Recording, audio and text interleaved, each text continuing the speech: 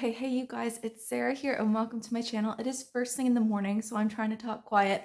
I'm about to leave for a craft show. This is one of my smaller shows. Actually, I'm not sure how busy it's going to be.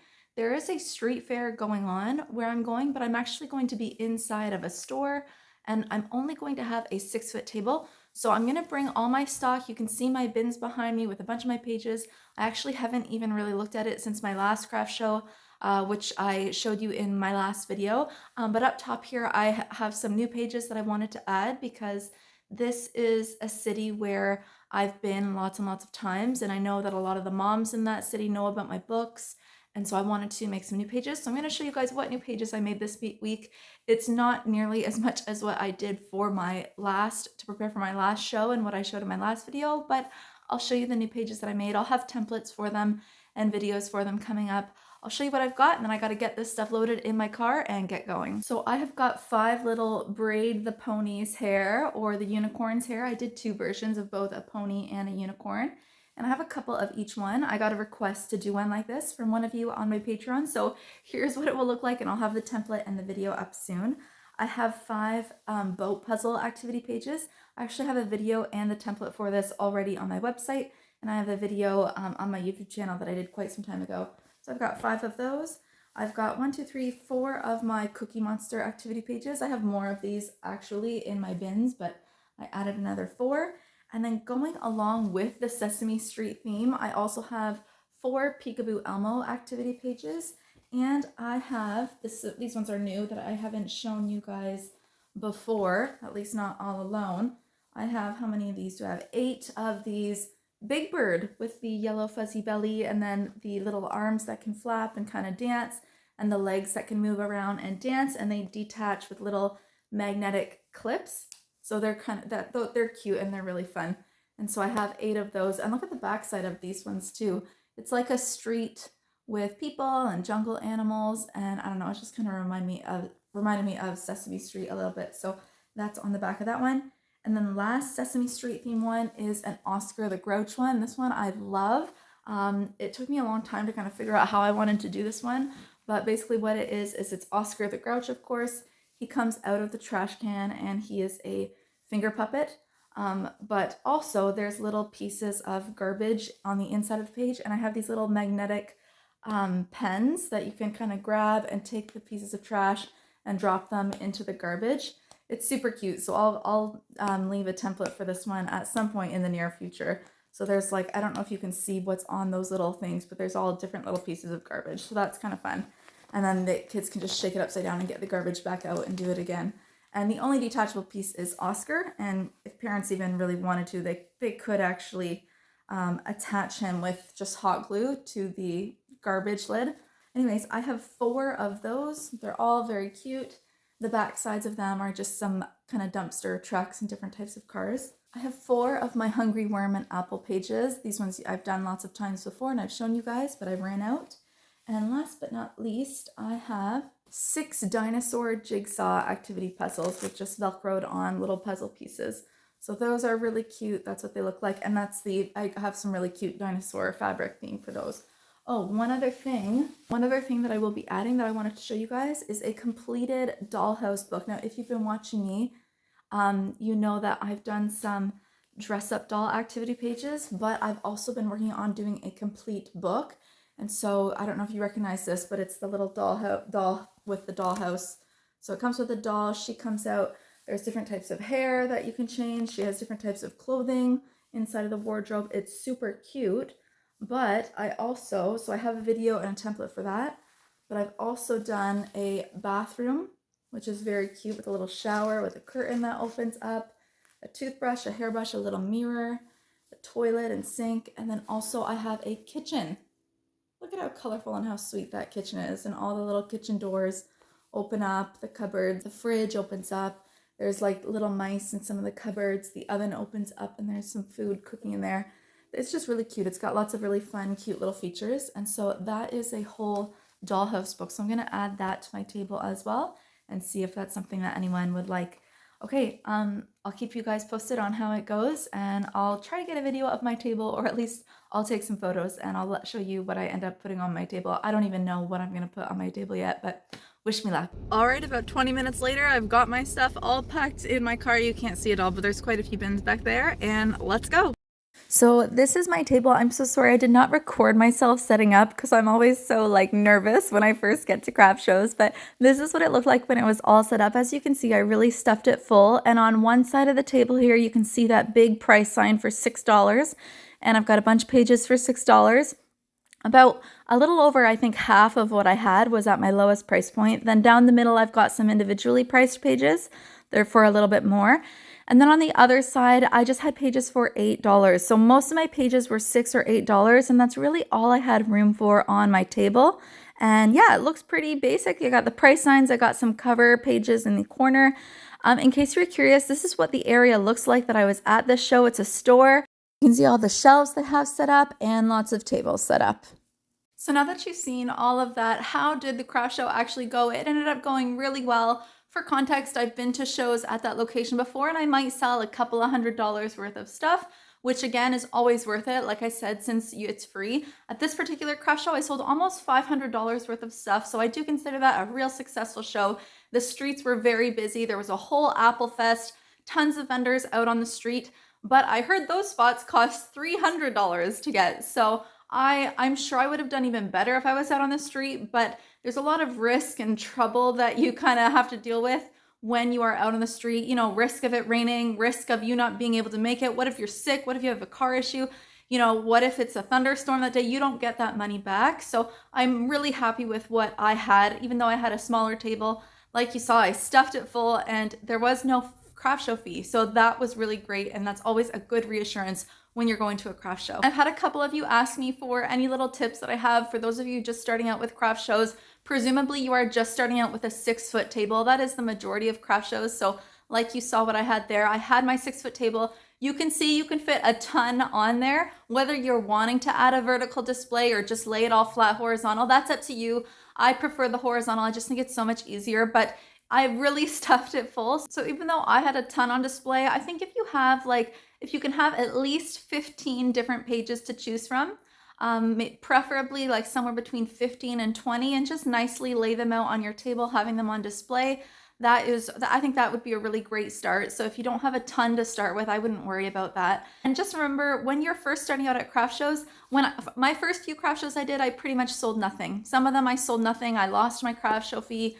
It's very painful. It's very painfully discouraging when that happens, but don't be discouraged. It's kind of to be expected.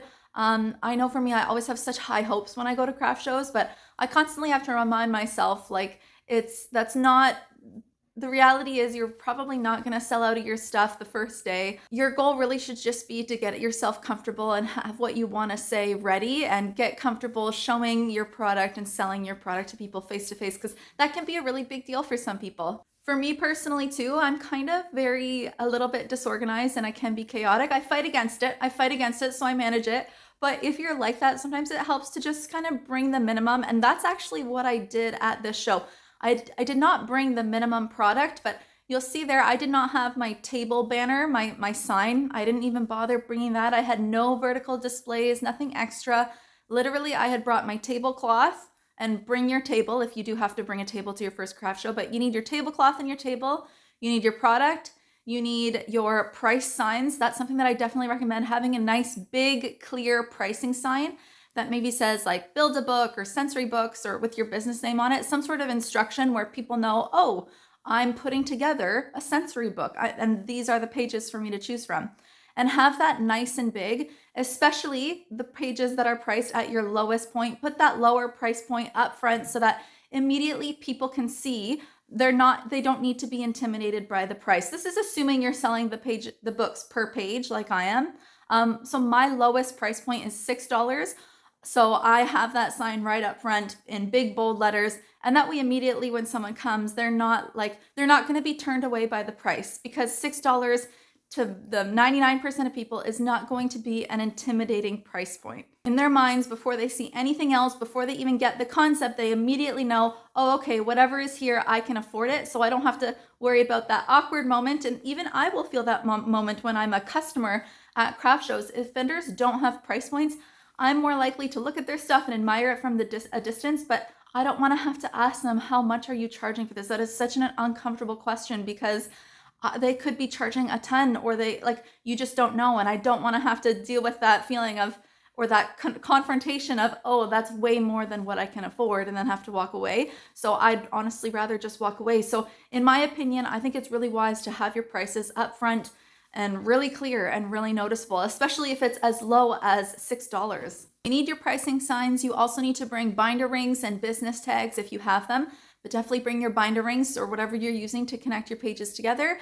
And then you can bring some plastic bags or paper bags to put the products in. And then if you are accepting the payment yourself and it's not via a store or something like that, then bring your cash, bring your change, bring your Square machine or whatever machine you want to get for accepting debit and credit cards. If you have that, you probably don't have that if you're just starting out, but you will eventually want to get one because they're really helpful. Also, don't be discouraged if you're going to a craft show and it's really quiet for a few hours and nothing's happening. That's totally normal. And then my last piece of advice is just make sure you have kind of your intro line or your sales line ready to go. It's not really a sales line, but just whatever you want to say, keep it within 10 seconds to get the point across really quickly when someone comes to your table and they're just kind of checking your stuff out.